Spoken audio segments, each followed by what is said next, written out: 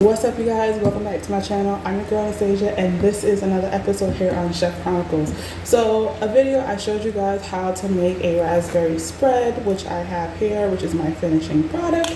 I put it out of the put out the fridge and let it come to room temperature so that way I can use it for today's episode. And today's episode, we are going to make Charlotte Royale. It is basically a cold cake that was named after Queen Charlotte, wife of George III. Charlotte cakes definitely was warm back then. It would have the warm filling and then also have a buttered filling, buttered bread around it, just like how we're going to do today. But eventually a chef came along and changed that to making it cold. So I am glad to be showing you guys today's episode. So let's get started.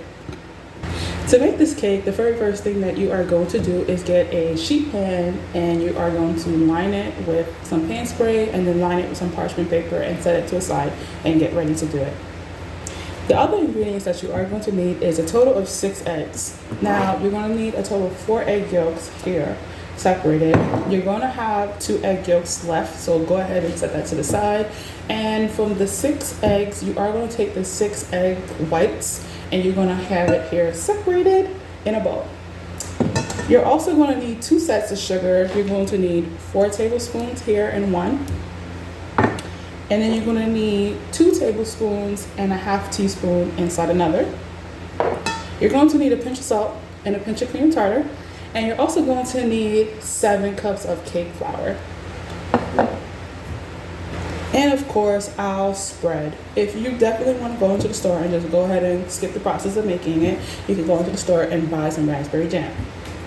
Okay, so go ahead and grab a mixing bowl, and you're going to whisk your egg yolks and your first set of sugar, which is 4 tablespoons of white sugar, and you're going to blend that until it is a nice thick and light color on a high speed.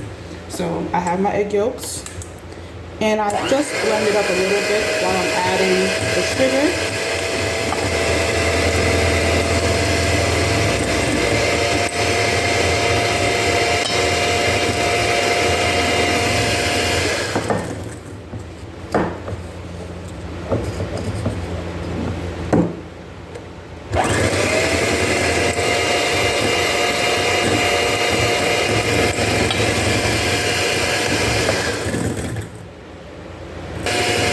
So once you add in all your sugar, you're definitely going to increase the speed up to a high speed for 5 minutes.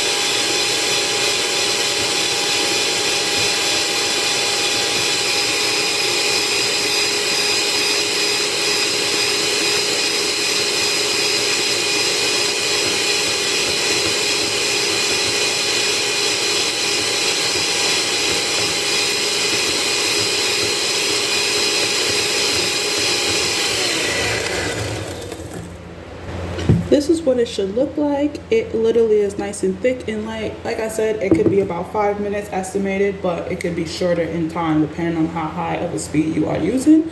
So go ahead and set that to the side. Okay, so the next thing we are going to do is whip up our egg whites and make a nice meringue. So you're going to take your cream and tartar and your salt, and you're going to whisk that until it comes a nice thick meringue that we are looking for.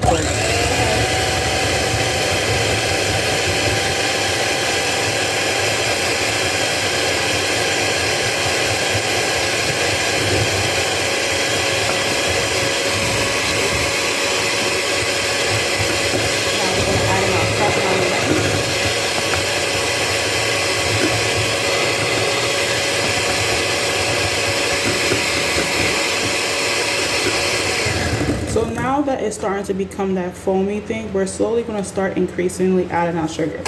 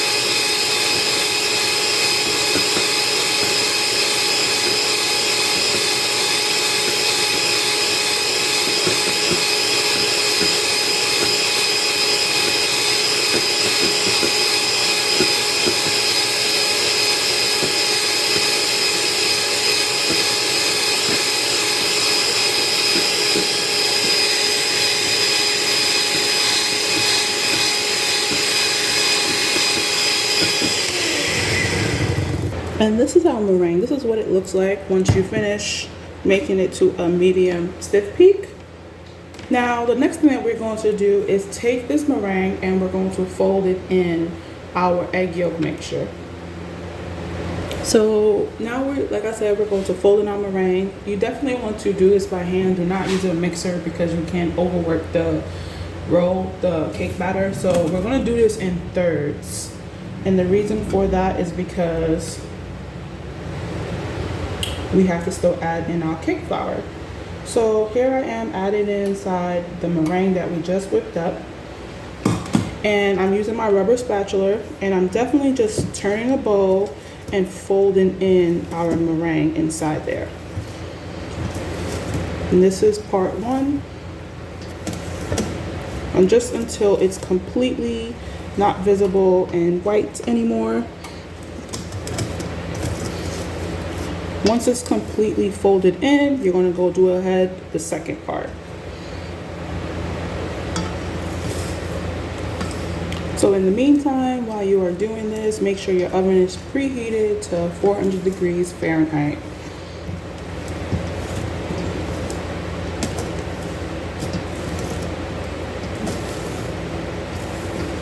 Now in my second part, folding it in. And as you notice, our batter looks nice and airy, but we're not finished yet. Okay, so now that our second part is definitely added in and we see no more streaks of the white meringue that we just added into it, just double check because sometimes meringue literally can come in clumps, but just don't over mix it. Just make sure it's completely blended in. So now for the third part, what you are going to do is take a sifter and you're going to get ready for your cake flour to add it in. So get your sifter or have it near you, and for your last final part of your meringue, you are definitely going to take it in.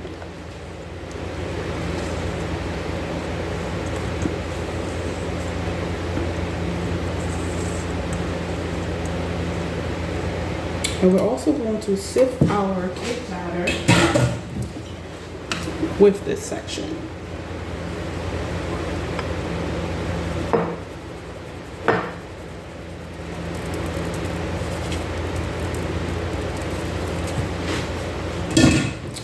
And then we're going to do the last part and just fold it in.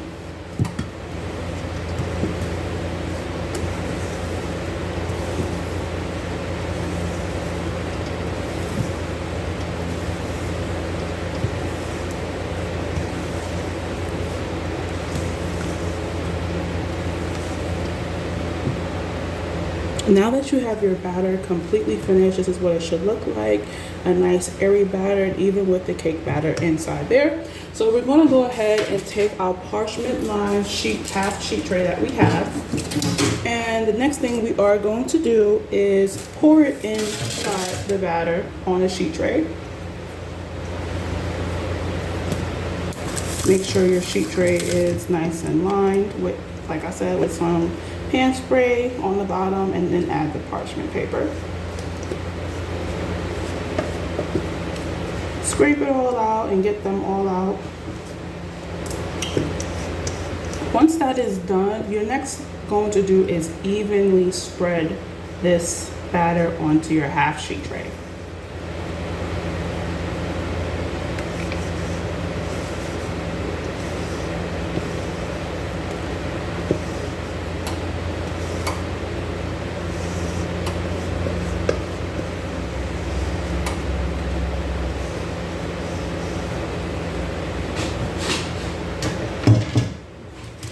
You take your spatula and just spread it around to the four corners.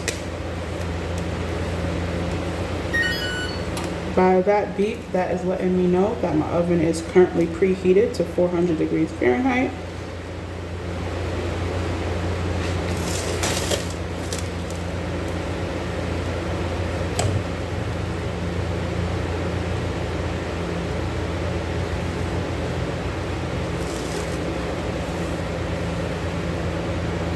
Now that it's spread nice and evenly, we are going to go ahead and bake this in our oven for 4 to 6 minutes. Okay, I definitely did say, 4 to 6 minutes, but that depends on your oven. Everything always depends on your oven. So when I baked it in my oven, it definitely took 11 minutes to make it. What you're looking for is you don't want no color on top of it at all. So I definitely would keep an eye on it after like the first 6 minutes that you do, and then set a timer again for 5 minutes and just check it in between. So as you can see, mine has no color on it still after, the 11 minutes. And when you touch it, it should be able to spring back towards you, right? So we're going to let this cool completely for at least 5 to 10 minutes, and then we're going to flip it out. Okay, so it's been about 5 to 10 minutes and it has cooled. So as you can see, I went ahead and measured out another piece of parchment paper, and as it cools, when you definitely touch it, you'll see that it becomes a little bit sticky. So that is a good sign that you have a definitely good sponge cake right there. So you're going to take your parchment paper and you're going to gently press on it on the sticky side.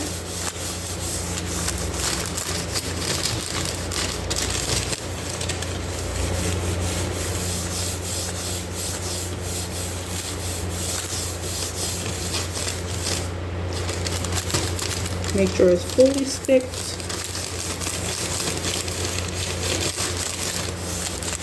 Fully covered. Right? So the next we're going to do is take our little knife, or you can gently lift it up with your hands. And just be very gentle when lifting this up. So if you need to use like a spatula or anything, you can definitely go ahead, because sometimes your cake batter can be on the sides. Just to release it off.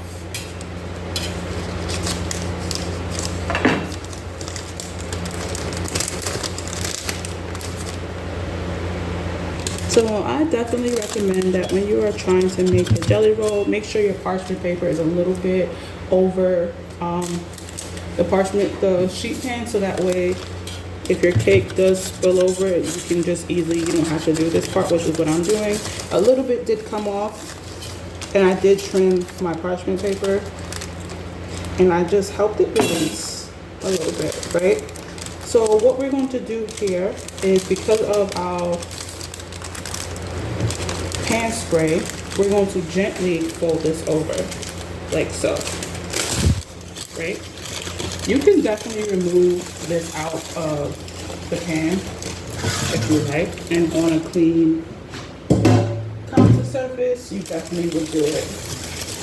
So what we're doing here is, now that we have flipped it and removed it, you see our nice greased pan, we're going to gently, and I mean real gently, remove the bottom parchment paper that we use to cook. Now you don't want to just go ahead and pull it all off, because if you do, you can destroy it. So just go around the 4 corners.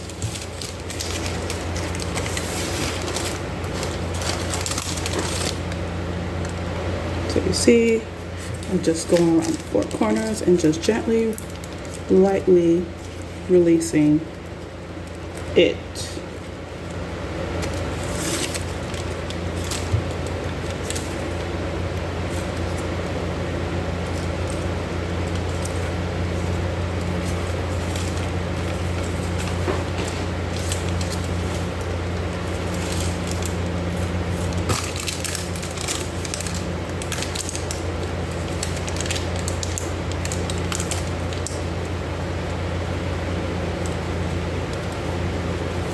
I'm even lifting it on the ends here as well, like running my fingers.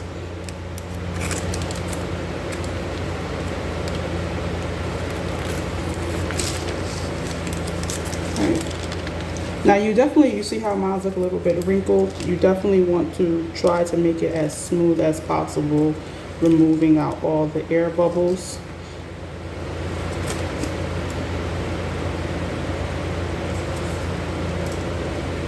So you see how slowly I'm pulling.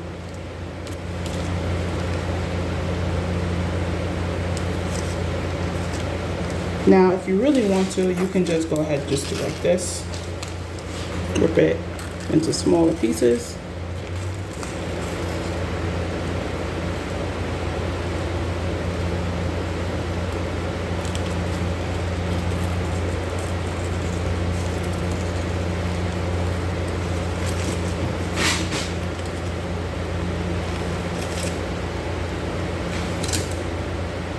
So once you definitely pull it all off slowly and carefully, you definitely want to find something that is, you know, about the size. You can use a wooden cutting board or a plastic cutting board, and you're just going to gently flip it back over to the side that was bloomed. Just be very careful when you're doing this process. Okay, so definitely once you remove the first part, definitely put another parchment paper, another clean parchment paper, and flip it back over. And that will be the one that you're going to use. Now gently just remove the top layer that has the bloom side as well. And this is the side that we're going to use to put our jelly on.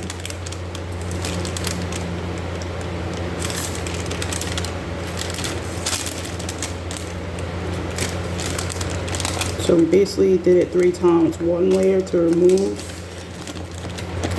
the bottom of the baking sheet pan, the parchment paper that was with the sheet pan, and then we flipped it over to remove it, and then eventually we flipped it back over to move the top one, and then we're using the bottom clean one to roll. So once you remove it, you're going to take some of your spread and you're gently going to spread it, not too at the end where it can spill out. You're just going to go close to the end, like probably about an inch.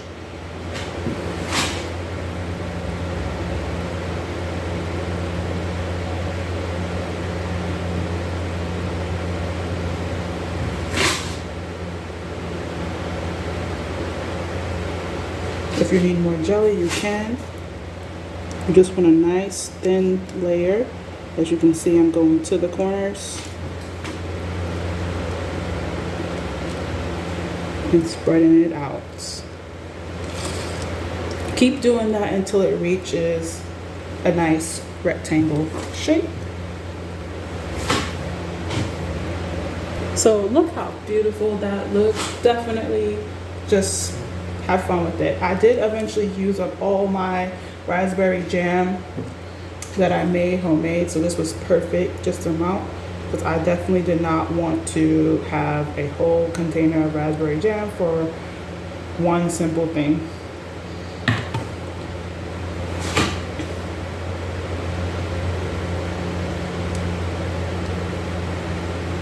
Okay. So once you finish that, you're definitely going to start rolling it. So to roll it, you're going to use your parchment paper. And you're gently going to turn it, not with the parchment paper turning in to touch the jelly. No, you're just going to roll with the parchment paper. So you're going to gently use the sponge and touch the jelly so it can stick. And you're gently going to just roll and go. And roll tightly. So you should be rolling and releasing with the parchment paper.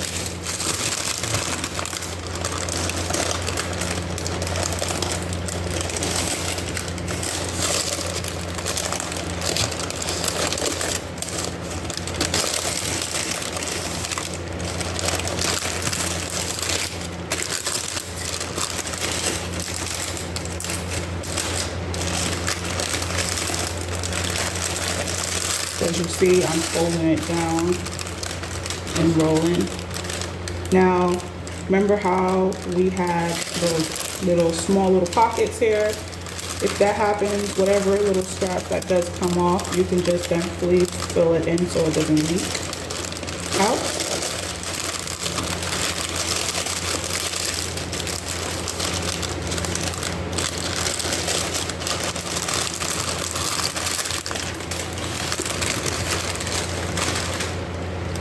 You don't want to throw away this paper anyway, so remember that, because you can use it. And I'm going to show you in a second.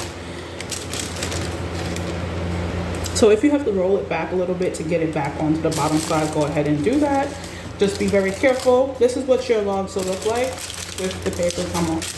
So to make sure that it's tight, you could definitely use like a spatula or a bench scraper or a ruler to ensure. So you just basically just push it like this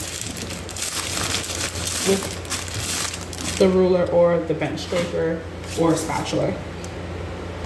So as you see, I'm doing it here just to ensure that it's nice and tight. In this method, we have two terms for it. One, it's used in cooking, and one is also used in baking. The method that we are doing here is called a roulade. Basically, you're just rolling it up. So once you go ahead and make sure that it's tightly secured, you're going to take some of your little bit of jelly that you have remaining, and you're going to just take it and smear it to seal it.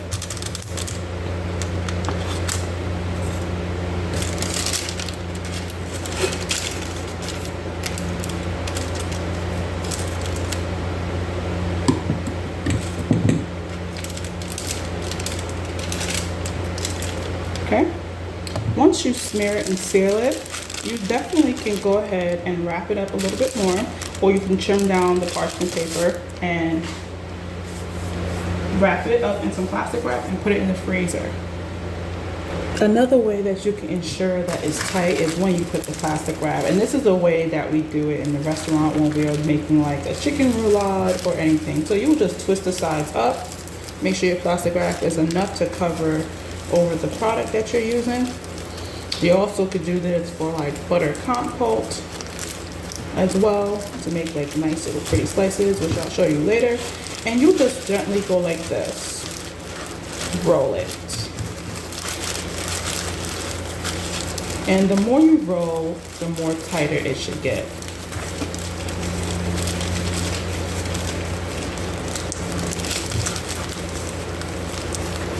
And then eventually, once it's tight enough, you will stick it under and you'll just freeze it. So once you are completely done with the wrapping process and you put it in your freezer, you definitely want to do this and freeze it. Definitely some people do it for like 4 to 6 hours, but I prefer to recommend that you freeze this overnight. So let's say you get up early in the morning at 6 a.m. and you start this process, or like 8 a.m. and you start this process. By the time you go to bed, it should definitely be frozen solid completely. But to ensure that it's completely frozen, what we're going to do is let this freeze overnight. And that is part one. Definitely that roll-up method for Swiss roll basically is what they use for Swiss roll cake. So if you don't want to do a Charlotte Royale, you can definitely just go ahead and just do it just like that and just flavor it to whatever you like and just eat it like a whole log. But stay tuned for part two.